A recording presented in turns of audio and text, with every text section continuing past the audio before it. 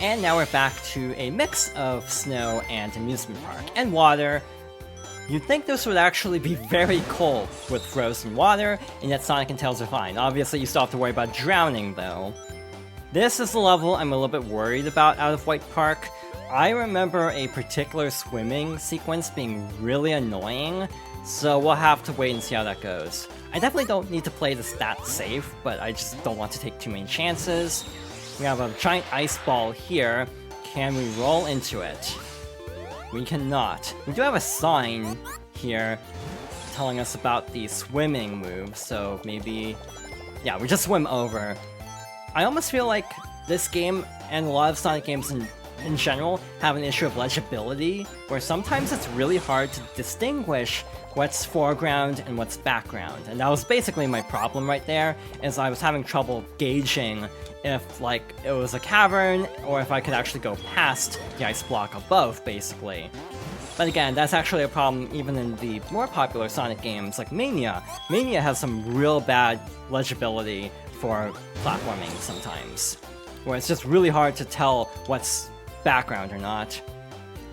I'm pretty sure we could have defeated the enemy from that side, but I messed it up, so we're going the lower route this time. Again, every time I actually land, there's a brief moment of relief, because you never know what to expect out of Dimps. Again, this is Act 2, or yeah, Act 2 of the second zone, but this is also the 6th zone in Sonic 4 period, so they could really be pulling out the stops at this point in terms of difficulty. Though again, I don't remember this getting too difficult.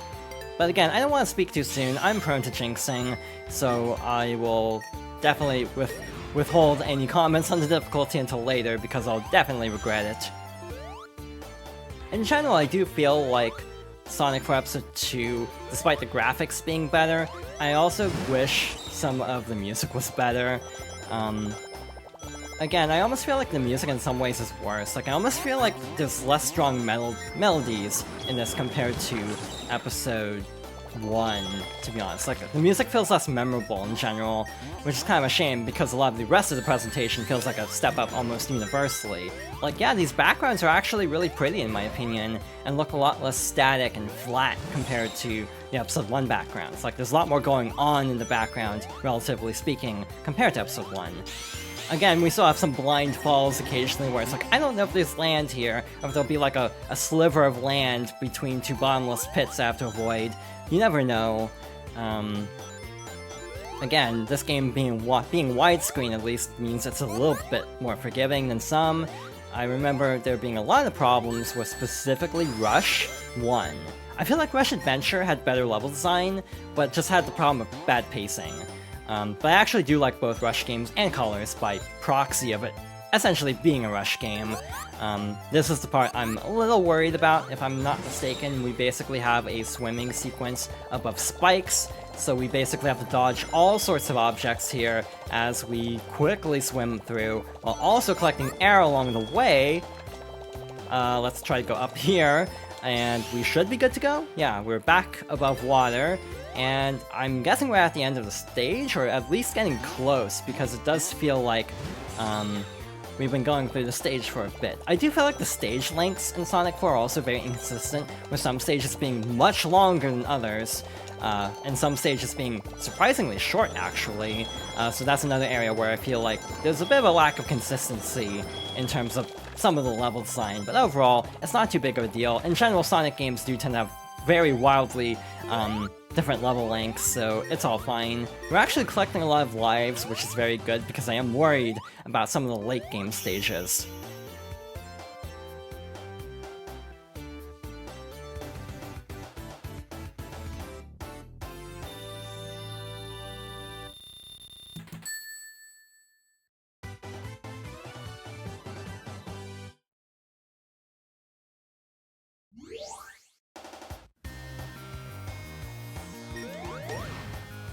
And we now have another set of amusement park tracks, and I remember this being difficult.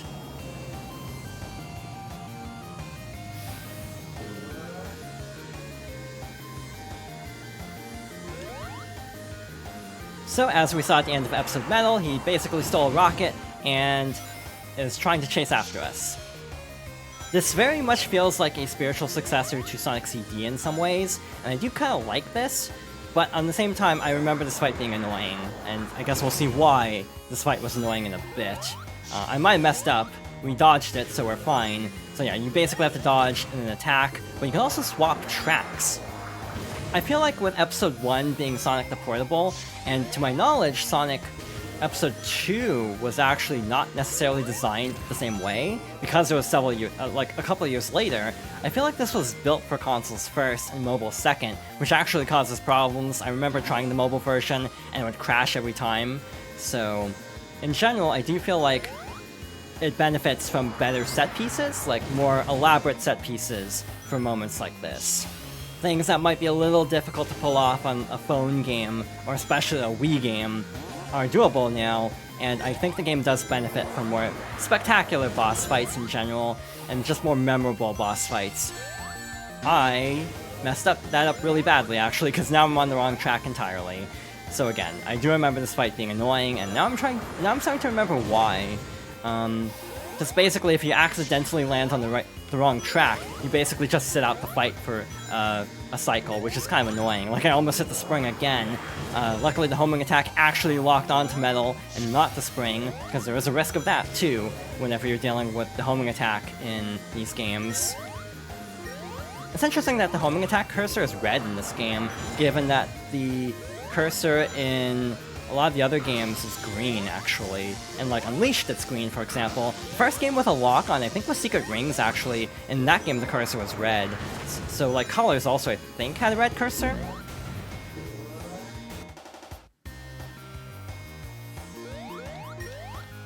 So I'm definitely remembering why I don't like this boss fight. It's cool, it looks great, but I definitely remember dying a lot to that.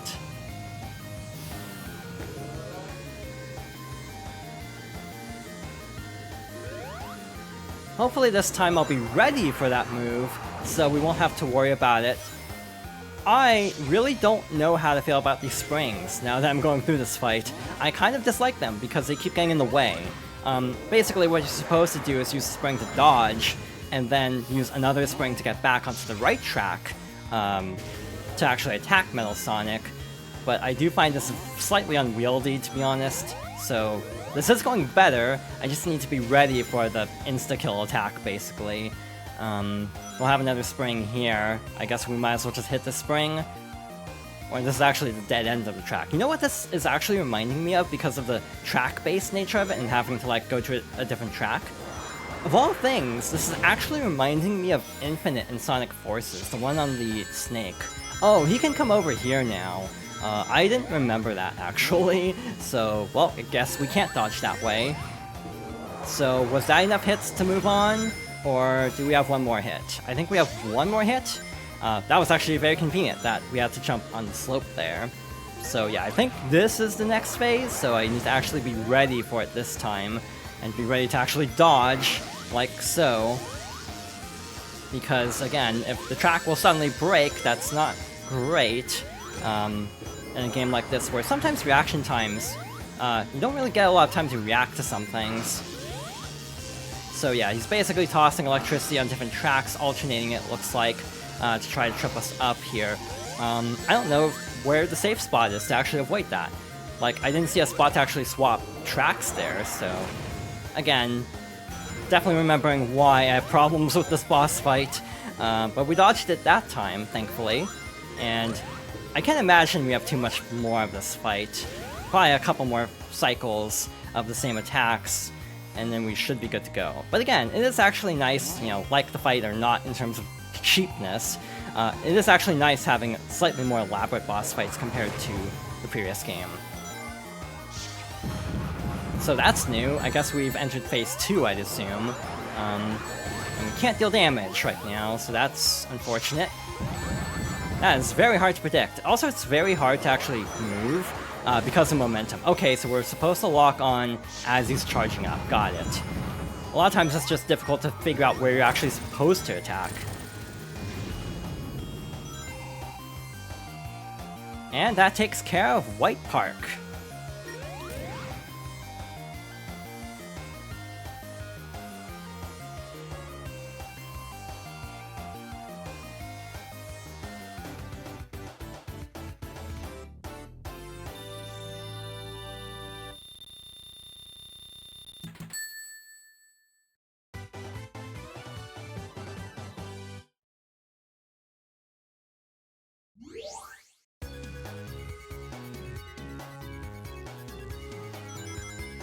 Our third zone of episode 2 is Oil Desert, which is interesting. It's how I feel about Oil Ocean and Sonic Mania, not to get too far ahead of myself with talking about Mania, because again, I would like to get to that game someday. But combining elements of Oil Ocean and Sandopolis is a choice, and I feel the same way about this, where it's like, I am not really partial to either zone. I feel like Oil Ocean is a weak zone in 2, and Sandopolis is the worst zone of 3, and so whenever these games try to combine elements of both, I definitely question it. I definitely feel like Oil Ocean in Mania is actually not too terrible. I actually like it, but Oil Desert, I remember having some problems. Like, there's one specific set piece that I'm already picturing that's a little bit annoying. And again, I just feel like the music is somehow worse than Episode 1, and again, Episode 1 doesn't exactly have memorable music, but I almost feel like it is a little bit better. We have these very annoying roller enemies here. I really dislike them because a lot of times Sonic games have this problem where there's an enemy that's just really hard to know how to attack. Like, it's really not clear what you're supposed to even do against certain enemies. Slicers from Metropolis are also a very good example of like, what do I even do here? What's expected of me with this boss fight? I do like the background, seeing all the oil drills moving in the background. It gives a sense of, it's very dynamic, is what I'm trying to say. And again, it definitely feels like a far cry from the very static levels in 4 Episode 1. The reason why I panicked for a moment was I didn't know if there was ground there. Again, it's coming back to me why Oil Desert is annoying, and that's because we have wind pushing us, meaning we have Sonic-level platforming and Dimps-level platforming specifically, with a combination of physics working against us. So, as you might expect, a lot can actually go wrong in Oil Desert. Again, Episode 4 does feel a lot better in terms of an overall package as a game. I almost feel like it's weird, though, that this game didn't include all of Episode 1 stages. It only has the Episode Metal stuff. I kind of wish it had remixed the entire game as like a purchase bonus also, just to experience this game with the other engine. And also just better graphics, to be honest. So we have to carefully fly through here with wind pushing us around. I'm pretty sure in scripted sequences like this, Tails actually has more flight capability than when using the tag action elsewhere, because obviously you'd be in trouble if you had such limited flight elsewhere. So yeah, we basically want to stop periodically and rebuild our stamina, and then try flying again. And yeah, this is the part I was remembering being a pain. Oh good, we finally got a red ring. It took until the 3rd zone to actually get a red ring, which shows how I feel about that type of collectible.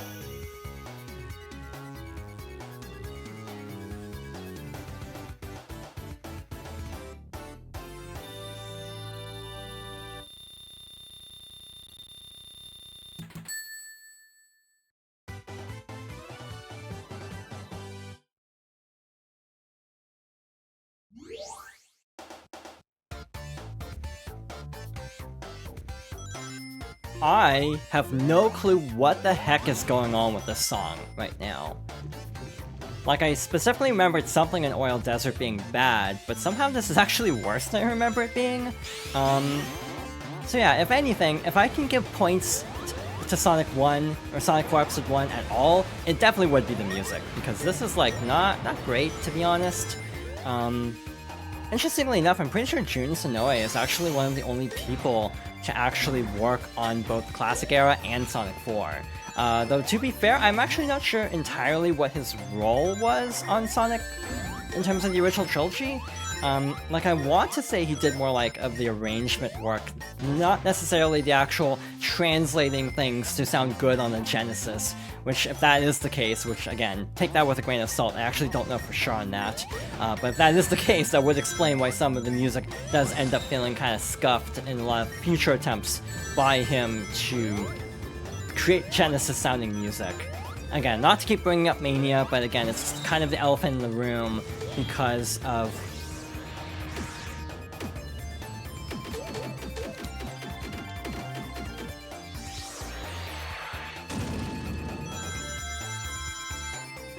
I forgot that's what that monitor did. That actually surprised me.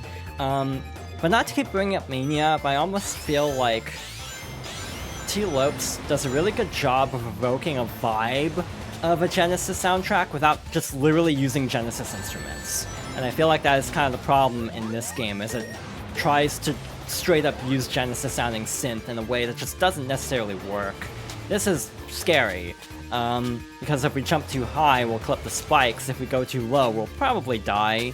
So, again, very Oil Ocean. Obviously it's sand instead of oil, but the point still kind of applies. But again, we have sand, so it also evokes a little bit of Sandopolis as well. Again, not my favorite zones, and this is kind of proving why when you take these two together. And it's not necessarily very fun either. This almost feels like it could be a Mean Bean Machine. Like, that's almost my takeaway with the soundtrack, is it seems like it feels like the options music that everyone makes fun of in not Mean Bean Machine, Spinball. The options music is so Genesis that it ends up getting memed on quite a bit. If you've never heard the options music of Sonic Spinball, I think if you're a Sonic fan, you kind of owe it to yourself to listen to it at least once, just because it is so iconic, albeit not pleasant. I was very worried about jumping out of that sand pit and hitting the spikes right before a checkpoint. That was slightly terrifying. Again, just because this game I think is an improvement over Sonic 4 Episode 1 doesn't mean I think it's actually, like, amazing. It definitely still has a lot of questionable choices. And just like level design in Sonic games struggle with trying to be challenging and get in your way, but also still giving you a sense of speed. A section like that where you just have to kind of ploddingly jump through sand is just not particularly fun in a Sonic game. So yeah, some interesting choices. Again, those signs are actually really nice. That's something very good added in like colors and generations.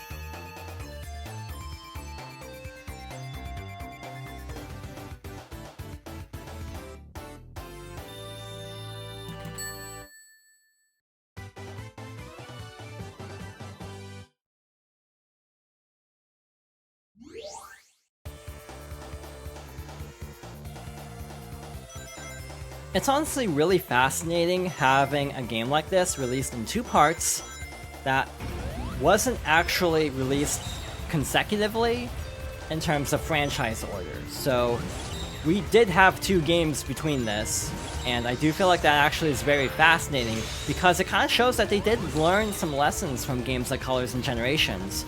I just almost feel like it's too little too late a little bit sometimes, because the goodwill was already lost with Episode 1, so no amount of actual improvements could really save Episode 2. Again, I think it reviewed worse. I think Episode 1 is in the mid-70s on average, Episode 2 is in the mid-60s on average, and sales-wise, Episode 1 was over 1 million copies from what I recall, and Episode 2, I don't think they ever really talked about the sales, to be honest, which is probably not a good sign.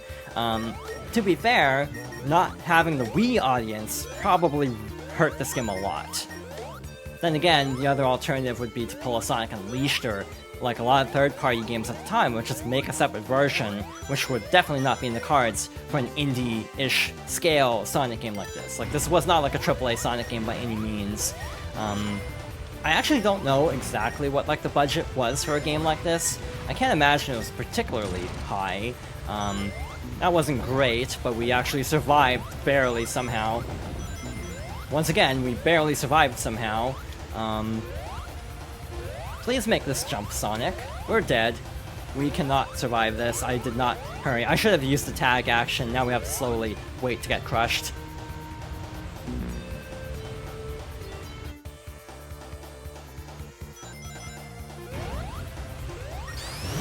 Well, the level is living up to its name, being a crude trap. Let's try this again. I see Eggman, and I think don't hit, because in a lot of Sonic games, the egg monitors are bad, so I just assumed, oh, don't run into those. Why did the flight cancel?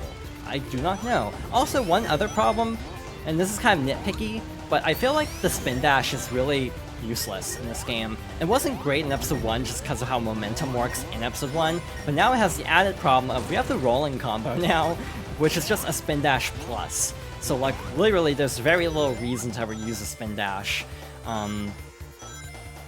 Unless you just really quickly have to go somewhere, but again, the rolling combo gains speed so fast that it's just really unnecessary to spin dash. Sonic games struggle a lot with getting everything right. And again, games like Generations got closer, though not quite there. Again, to the point where I almost feel like Sonic 4 Episode 2 looks worse by proxy just because of how different the physics feel compared to even Generations. Oh yeah, we have these flame enemies that can now light the oil on fire, so now we have to dodge those. Again, a lot of the level gimmicks in Sonic 4 are actually pretty clever. I have to give them some credit with this, to be honest. Do we have to hit this? We do, okay. So again, there's some clever mechanics here. It's just wrapped up in a lot of other problems, inherent to this game being the way it was from the get-go, basically. And yeah, I do feel like making an episodic game also feels a little bit like a foreign concept now, just because it feels like we really don't get episodic games much anymore at all. Just because that whole model basically petered out because of probably games like this, actually, where you're not sure if we'll ever get the conclusion of it, so you don't really want to invest in a game that you may never get an ending to. It's kind of the problem we're currently running into in the gaming industry with live service games, where no one wants to invest too heavily in live service games as consumers if you're not sure if the game will actually be finished or not. So it's a very interesting paradigm.